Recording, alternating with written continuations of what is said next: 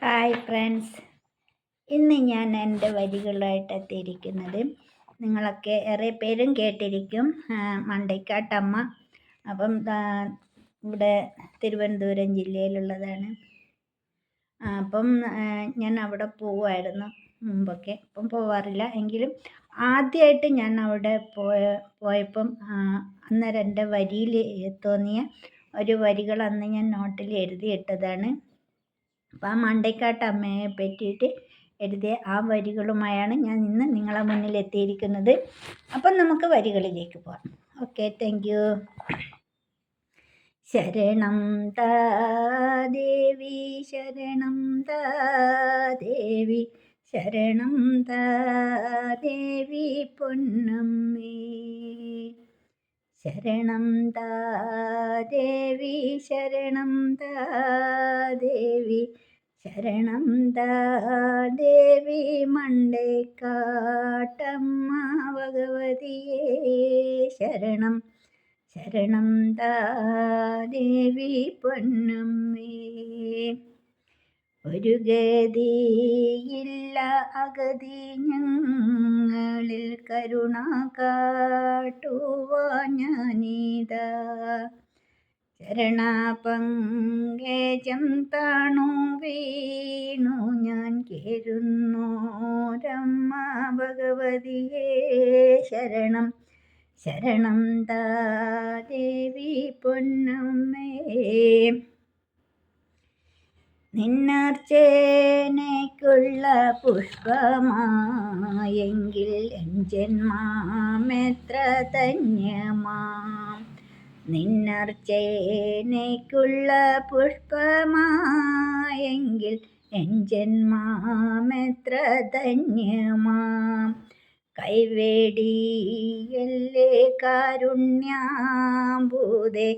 ശരണമേകണേ പൊന്നമ്മേ, ശരണം താ ദേവി, ശരണം താ ദേവി, ശരണം താ ദേവി പൊന്നമ്മേ.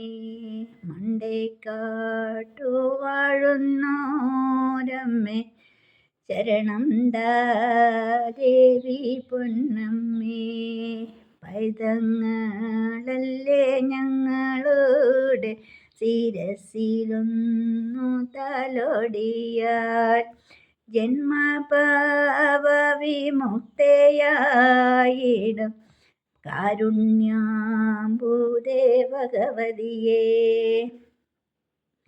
കാണുന്നില്ലേ എൻ കണ്ണുനീരുകൾ, കൈകൂപ്പി സ്തുതിക്കുന്നു ഞാൻ, നിൻ പാദത്തിലാ വീണു കീടക്കാൻ മോഹമുണ്ടെൻ്റെ ഹൃത്തിലായി, ശരണം താ ദേവി, ശരണം താ ദേവി, ശരണം താ ദേവി പൊന്നമ്മേ. ഈ ജന്മസാഫല്യമാക്കുവാനായി സന്തതികളെ നൽകണേ, ഈ ജന്മപുണ്യം സഫലമാക്കുവാൻ സന്തതികളെ നൽകണേ, സർവസൗഭാഗ്യം നൽകണമമ്മേ, സർവ സമ്പത്തു വർദ്ധനേ,